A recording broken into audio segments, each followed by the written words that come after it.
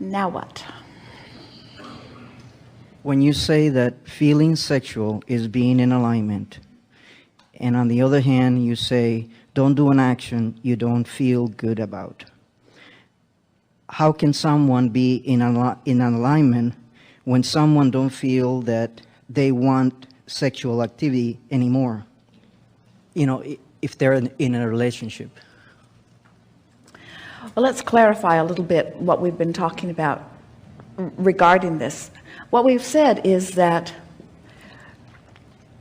what is often thought of as a feeling of sexuality is not different from being in alignment.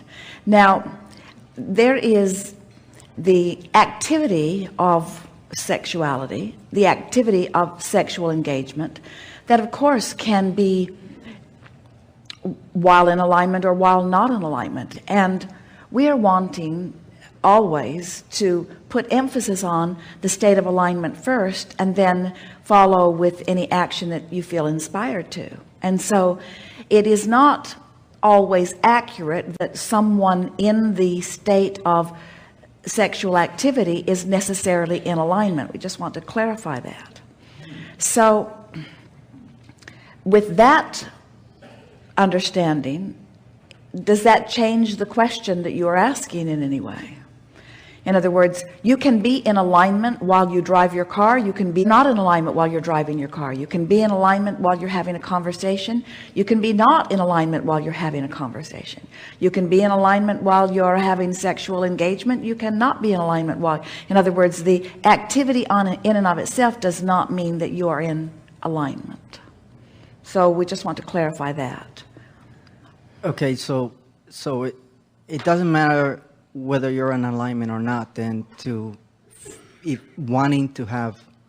Well, not being in alignment won't keep you from driving your car, and it won't keep you from having a conversation, and it won't keep you from having sexual engagement. But that ecstasy that sometimes you reach in a state of sexual activity is alignment. And so often in something like a sexual interaction where two people are focused upon each other or focused upon the idea of the sexuality, often in the midst of that you are distracted from the bills that you're not paying or from the work that you are not enjoying. In other words, often that activity can be a reason to focus. And when you are focusing mutually or collaboratively, there is even greater potential for alignment that is satisfying. But there is no activity in and of itself that we would say always puts you in a state of alignment. The closest thing to an action that we could encourage anyone to do, which is conducive to alignment, is the action of meditation. But when you think about it, the action of meditation is really teaching not only non-action, sit and be still, but it's teaching non-thought, sit and really be still. Still your body, still your action, still your conversation, still your mind. So we think we were proceeding with a misunderstood beginning place. Yeah. So now let's get back to where you began, because there is something valid about where you started and what you're reaching for. First, let us say to you that you could be in alignment and still not want sexual interaction in a moment, because in your alignment you might be being called to something else that's in your vibrational escrow. So let's take this subject, if you can, a little bit apart from the alignment or not alignment, and just get to the basics. What is it that causes someone to no longer be interested in sexuality? Someone who was interested, who wasn't. So now we're going to speak in a way that's going to make you realize why you connected the subjects in the way you did. When someone is worried, when someone is fretting, when someone is focused upon many unwanted things, they are often not in the mood for anything that is aligning in nature. There are many reasons that people lose their interest in many things. To keep your interest alive and active, you have to focus on it. And so Are you talking about a change in your partner? In other words, someone who was at one time interested in something that she is no longer interested in? Right. And so what can you do about someone else's change in interest? Just in general, what have you heard us say? What can you do about someone else? So let's say someone who was interested in something that you liked them being interested in, no matter what it is, but sexuality is a good subject. And now they no longer seem to be interested. And so the thing we want to put to you is, while you can't do much to change the way someone else is approaching anything, there are things you can try, but they usually backfire. Whatever you give your attention to becomes more. So if someone is behaving in a way and you wish it were otherwise, but you're noticing the way they're behaving, do you usually get them to come and join you in the idea that you like, or do you add to the energy of what you don't want? No, it doesn't. It's a very good subject, because as we talk about you being the creator of your own reality, and you say, I like being the creator of my own reality, but I got to tell you, Abraham, sex is better when there's someone else there. It's not mandatory, but it's better. So co-creating includes someone else, and when I'm co-creating with someone else, then we need to be in the same ballpark in terms of what we want. And so now we're talking about power of influence. Now we're talking about how can I create the reality that I want when I'm co-creating with someone else who wants something different? How can I get what I want in an activity that requires another person?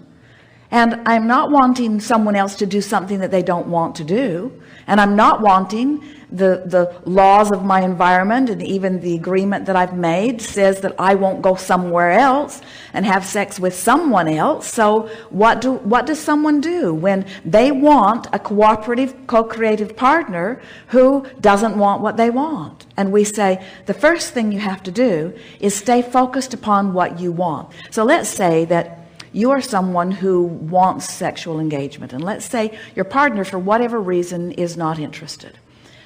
If you can stay focused upon what you want so that your vibration remains in alignment, in other words, if you can keep yourself from being resentful by remembering, or keep yourself from being resentful by imagining, if you can continue to go to the vortex on a myriad of subjects and occasionally bring that subject in with you so that you stay active about something that's important to you, but you manage to keep yourself without resistance, it is our promise to you, when you get inside the vortex and you focus upon someone who's not in the vortex, and you're focusing on someone who's not in the vortex doesn't bring you out, it almost always brings them in. Isn't that powerful to know? When you're in the vortex and you focus on someone who isn't, and you're able to stay in the vortex while you're focusing on someone who isn't, by focusing on so many positive aspects of them, you almost always bring them into the vortex. But what happens with so many people is that you're in the vortex, you focus on your partner who isn't, or who doesn't want what you want, and then you're out of the vortex, feeling resentful. And now when you're out of the vortex, your influence is no greater than anyone else's who's out of the vortex. Now you're just sort of banging around. Well, not really. Now you're just sort of out there having the uncomfortable, not wanted experience. Yes? Right. Thank you. That really helps a lot. Oh, it is a wonderful thing when you're in the vortex and you're in alignment and you feel the power of your influence, because it is our promise to you that your partner adores that feeling of sensuality. In other words, it is not logical to not like that feeling of alignment. But no one likes the feeling of doing something that they don't want to do that somebody else wants them to do. Nobody likes the feeling of of coercion. Nobody likes the feeling of even going along with something that they don't want to go along with. And so really the power of co-creation and the power of influence is always and only experienced from inside the vortex. And what makes people assertive, what makes people overbearing, what makes people hard to live with, what makes people problematic, what makes people try to conquer, we're talking about even individuals or governments, is being outside the vortex, feeling the absence of their power or influence because they're outside the vortex and all the power is in the vortex. So then they just get all strong and all puffed up to try to get what they want, and that's when things really get out of balance, where it is so easy to be influential and co-creative from inside the vortex. So then when you're consistently inside the vortex and thinking about what you want and feeling appreciation for your partner, one of two things happens. It has to happen. If you are consistently inside the vortex, your influence will bring your partner in with you, or you will gravitate to another partner. But law of attraction is doing the work, you see. And when you are connecting on so many levels, it is very, very unlikely, in fact, not even possible, if you have a long list of things that you appreciate about someone, they don't go away from you. You see? By using the power of your appreciative mind, no one goes away from you. They just become cooperative components, you see.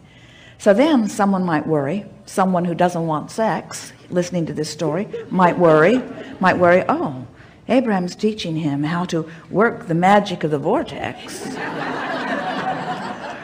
And then I will be drawn in to this thing that I may not want. And we say, you won't be drawn in if you're not wanting in. In other words, there's no coercion that's taking place. It's cooperative. All cooperative components come into alignment, you see.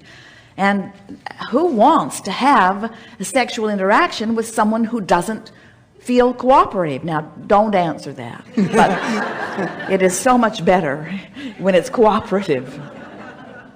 Right. Yes. Thank you. It's been so helpful. Yes, indeed. And I hope everybody else too. Yes, indeed. Thank you.